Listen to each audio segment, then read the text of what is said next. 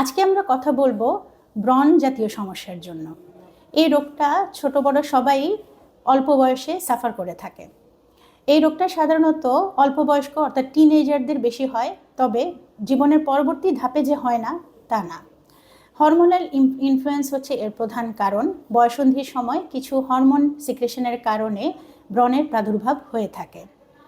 Sebum secretion এবং কিছু ব্যাকটেরিয়ার আক্রমণ এটার সাথে জড়িত। ব্রণটা দেখতে ছোট ছোট দানার মতো।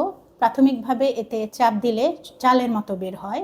কোনোটা একটু পুঁজ নিয়ে জন্ম নিতে পারে, আবার কোনোটা একটু বড় এবং গভীরও হতে পারে। ব্যথা নিয়ে দেখা দিতে পারে।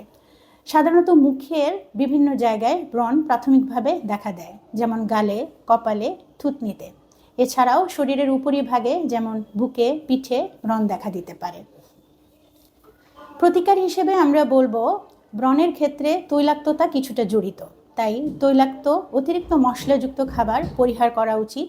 প্রচুর পানি খেতে হবে, সবজি সালাদ খেতে হবে, পায়খানাটা পরিষ্কার রাখতে হবে এবং কারো মাথায় খুশকি থাকলে চিকিৎসকের পরামর্শ অনুযায়ী খুশকি মুক্ত করার জন্য শ্যাম্পু ব্যবহার করতে হবে।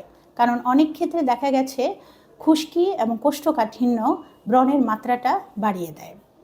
রাত জাগা যাবে না, যত্রতত্র বিভিন্ন ধরনের কসমেটিক্স ব্যবহার করা যাবে না। চিকিৎসকের শরণাপন্ন হতে হবে যখন দেখা যাবে রোগটা নিজের নিয়ন্ত্রণে থাকছে না। চিকিৎসক সাধারণত যে উপায়ে এবং যে পরামর্শ অনুযায়ী ওষুধ সেবন করতে বলবেন সেভাবেই ব্যবহার করতে হবে এবং ওষুধ সেবন করতে হবে। অনেক সময় দেখা যায় রোগী এই দীর্ঘমেয়াদী চিকিৎসাটা মেনে চলতে পারে না। এটা মাথায় রাখতে হবে, ব্রণের চিকিৎসাটা দীর্ঘমেয়াদী। সুতরাং ডাক্তার যে সময় রোগীকে দেখা করতে বলবেন অবশ্যই আপনারা সেই সময় ডাক্তারের চেম্বারে দেখা করে আসবেন। ইনশাআল্লাহ আপনারা সবাই ভালো থাকবেন, সুস্থ থাকবেন। ধন্যবাদ সবাইকে।